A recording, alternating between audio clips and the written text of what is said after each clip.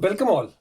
In this session, we'll discuss some modern C# features that every developer should know, and we'll do it with live ready console examples, which you can readily run in Visual Studio 2022.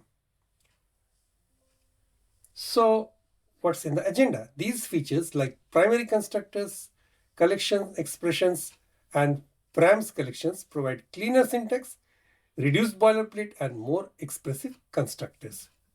So let's switch over to Visual Studio. We'll walk you through these features one by one. Now, there is a primary constructor demo. Now, let me run this example first. So I will just click on this green arrow.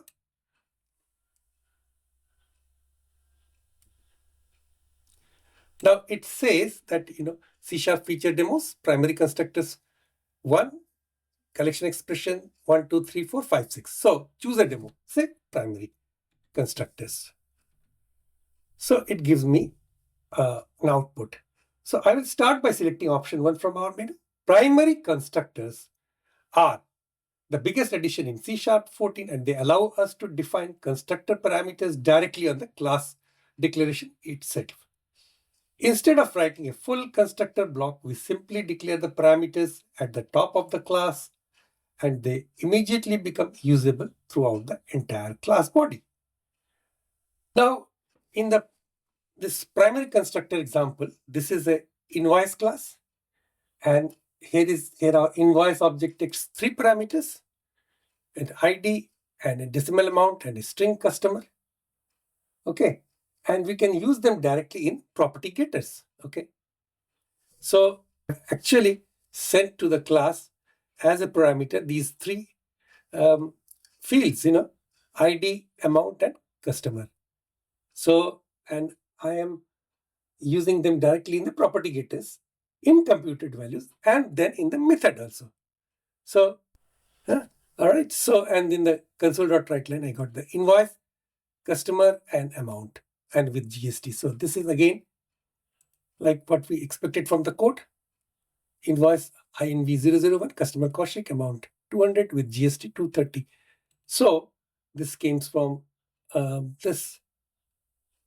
All right. And you can see public static void run. So in the run, I am actually initializing a new instance of invoice class and giving these values.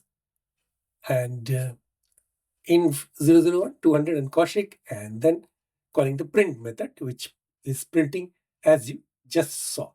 Okay. So here, if you want to see the output once again, the invoice object takes 3 parameters, and we can use them directly in the property getters as you have seen. And the output here shows everything working exactly as expected with much less ceremony than traditional constructors. Next, let's choose option 2, that is collection expressions. So for collection expression, I got 1, 2, 3 and Kaushik Chowdhury. Let's analyze this. Now this is the collection expression demo static class, and in which there is just a static void run, static method run, which is called from the program file, which I will tell you in a second. Now C# 14 extends collection expressions, giving us a unified literal syntax for arrays, lists, and dictionaries. So arrays, this is list and array, and in fact also dictionary, which is not shown here, but it gives a unified literal syntax. And instead of creating a list with new parentheses and braces, we can directly use square brackets to declare items. So this makes initialization far more readable and much more consistent across collection types. So when I choose demo and give the option 2, what is happening is, let's see the program class. Okay, so it is just having the main entry. While true, it is writing C# features demo as you got here. Okay, and then in the second line, it is writing all of these 1, 2, 3, 4 primary constructors, collection expression, param collection, etc., etc., and choose a demo. So I have chosen 1. I have chosen previously 1 and now 2. So if the choice is 2, so then it is calling the collection expression demo static class and calling the run method. Okay, so here again collection expression demo, it's calling the run method and then writing on the console nums and this names. So that is how you got nums 1, 2, 3 and name string.join. Join method is called for strings object and it is separated by a comma. So string.join within quotes comma and then nums and then string.join names. So this is names each of these arrays and the string list of string is broken down and written like this. These are comma separated now. Okay, now let's choose the demo 3. Now 3 is for Params collection. So this gives me answer ABC. Let's analyze this Params collection. So what is there in how does it work? Params demo. This is actually Params demo. It's already there open. Now it has also got a run methods which is static void and it print all A, B, C, and there's another static method print all for each var item in items console.write line items. This is a for each loop. It's pretty easy to follow, right? And what it does is, once the program file, you select the number 3, params demo.run. So params demo static class is called, so it doesn't require an object initialization. It's a static class with static methods.